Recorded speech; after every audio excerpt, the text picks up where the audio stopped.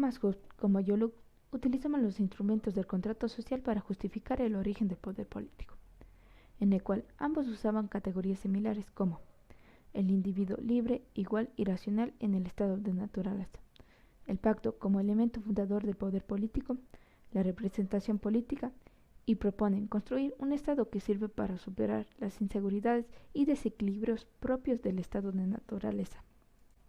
Sin embargo, estos dos autores tenían una gran diferencia. Por un lado, Locke representaba la defensa de un modelo de estado libre, mientras que Hobbes, por otro lado, personificaba la justificación de un estado absolutista.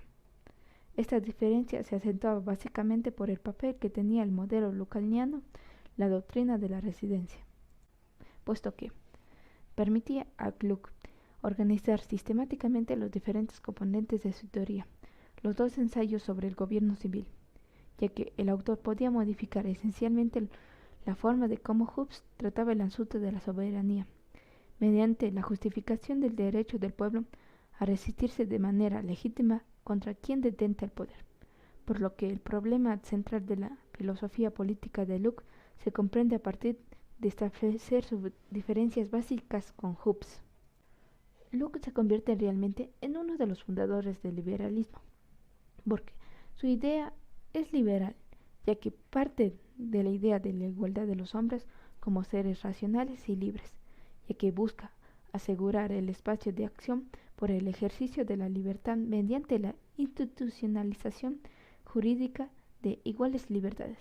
Asimismo, afirma la prioridad de los derechos individuales y la división constitucional de poderes frente a la voluntad del legislador democrático.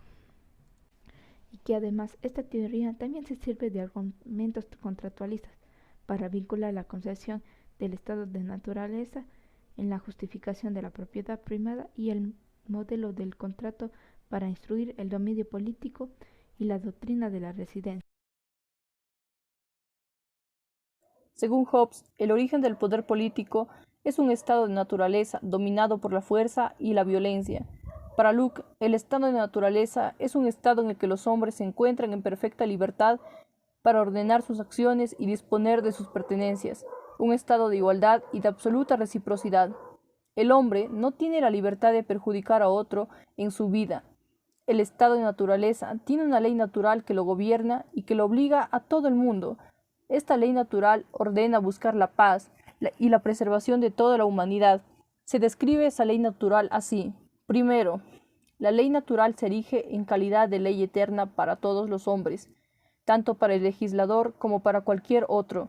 Segundo, la ley fundamental de la naturaleza es una ley para la comunidad humana. En el estado de la naturaleza sirve para regular las relaciones entre los seres humanos en el estado de naturaleza. Tercero, la ley fundamental de la naturaleza es una ley para preservar, garantizar y posibilitar la vida humana. Sirve para ayudar a personas libres y racionales hacia la consecución de su propio bien. Cuarto, la ley fundamental de la naturaleza la podemos conocer por medio de la razón.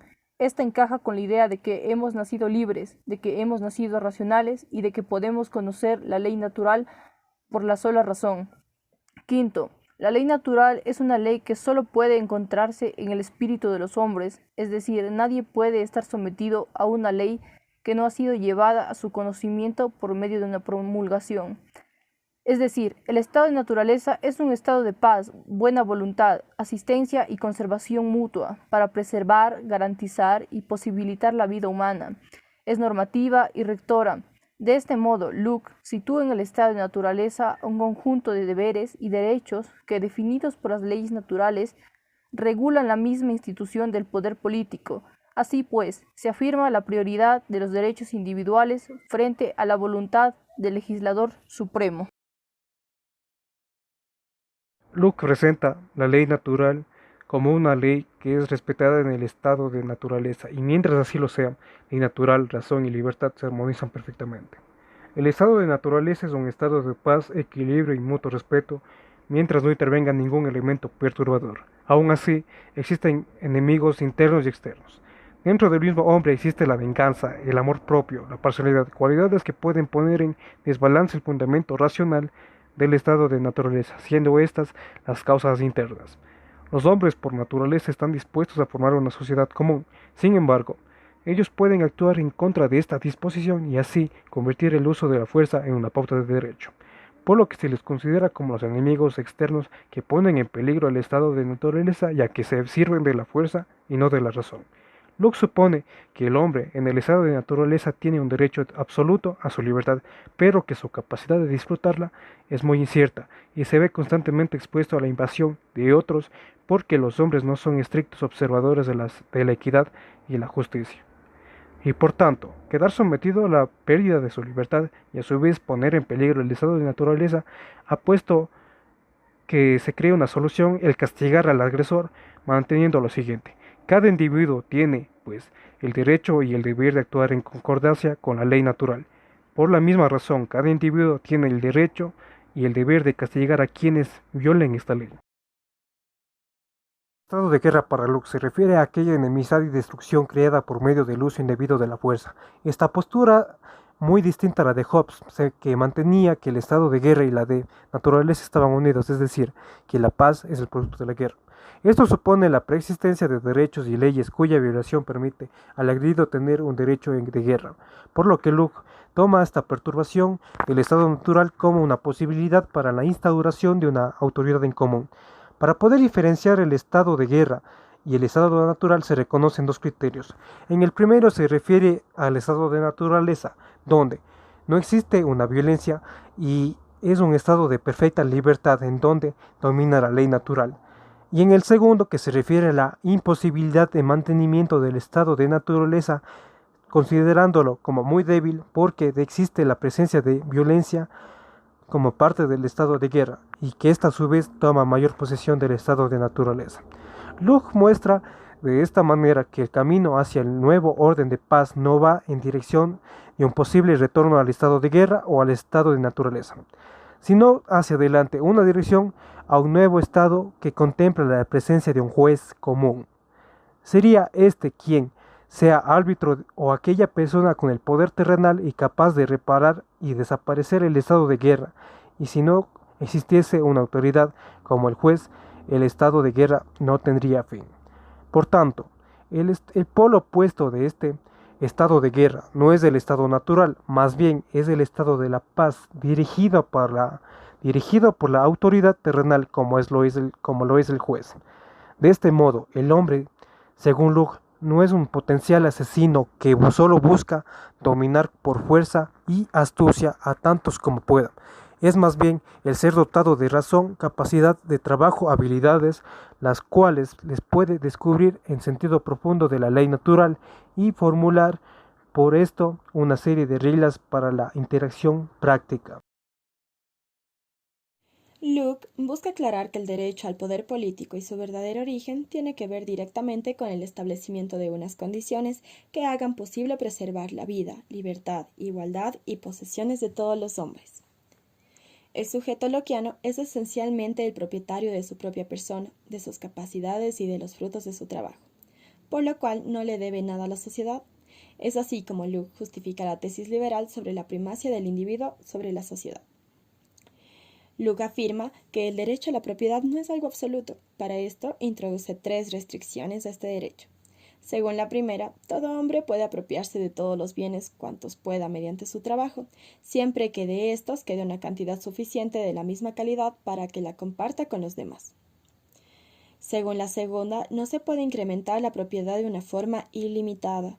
La ley natural que nos otorga las cosas dice que éstas son para disfrutarlas y, por tanto, la propiedad se puede fijar solo sobre todas aquellas cosas que uno puede usar sin que llegue a malograrse o descomponerse. Según la tercera, la apropiación legal de tierras se limita a aquello que alguien pueda hacer producir mediante su trabajo. Cada uno puede apropiarse de tanta tierra como pueda utilizar y tanta como alcance con su trabajo, siempre y cuando quede para los otros suficiente. El dinero alteró de tal manera las condiciones en el estado inicial de naturaleza que los hombres ya no podían vivir sin una mayor protección de sus posesiones. Así permitió al hombre aumentar sus posesiones e hizo lucrativo para el hombre poseer mayor extensión de tierra de las que puede obtener en un beneficio para sí. Para Locke, mediante el trabajo se crea la propiedad, y mediante el dinero se afianza la diferencia entre propietarios y no propietarios. Por tanto, aquellos que no trabajan no solamente no cumplen el mandato natural, sino que no tienen ningún derecho sobre los bienes del hombre trabajador e industrioso. Locke nos dice: instituir una república y someterse a un gobierno es la decisión que toman los hombres en el estado de naturaleza con el fin de conseguir el aseguramiento de su vida, libertad y bienes. El estado de naturaleza presenta inconvenientes.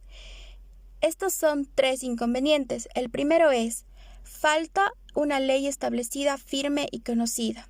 El segundo, en el estado de naturaleza no existe un juez conocido e imparcial, con autoridad para dictaminar en los conflictos de acuerdo a la ley establecida. Y por último, en el estado de naturaleza, lo normal es que no exista un poder ejecutor que respalde y apoye como es debido a las sentencias justas. Por otro lado, la sociedad civil es resultado de la imposibilidad de la vida humana en el estado de naturaleza, de modo que los seres humanos, pese a todas las ventajas del estado de naturaleza, se encuentran en una pésima condición mientras se hallan en él, con lo cual se ven rápidamente llevados a ingresar en sociedad. La sociedad civil, que es la condición opuesta al estado de naturaleza, tiene como propósito remediar estos 3 inconvenientes. Por eso, al ingresar a la sociedad civil, se quiere renunciar a los 2 poderes que tiene el hombre en el estado de naturaleza. Estos 2 poderes son: el poder de hacer todo aquello que considere conveniente para su propia conservación y la de los demás. Y el segundo, el poder de castigar los crímenes cometidos contra la ley natural. Se tiene que renunciar a estos poderes en favor de aquel a quien la comunidad elija. Este es el origen del contrato político, y el objetivo de este contrato tiene por efecto la transferencia a la comunidad de estos 2 poderes que pertenecen al individuo. Aquí se da el nacimiento del poder legislativo y ejecutivo. El poder constituyente, el poder legislativo y la representación política. Locke plantea en el enunciado el problema de cómo corresponde al poder constituyente del pueblo la instauración del poder legislativo al que dicho pueblo confía la regulación de su vida política para el bien público. Dado que una vez que los hombres se reúnen por primera vez en sociedad, tiene la mayoría el poder de una comunidad. Esta mayoría puede emplear todo su poder en dictar, de tiempo en tiempo, las leyes de la comunidad y en hacer ejecutar esas leyes por los oficiales que se nombran al efecto. En donde esta comunidad en la que la ley natural se expresa en la forma de una voluntad general mayoritaria, tiene como medio la realización el poder legislativo. Es decir, la comunidad deposita el poder político en una institución para que defina la forma de gobierno, ya que el pueblo es el único que puede decidir cuál sea la forma de la república, y eso lo hace al construir el legislativo y nombrar a las personas que lo habrán de detectar.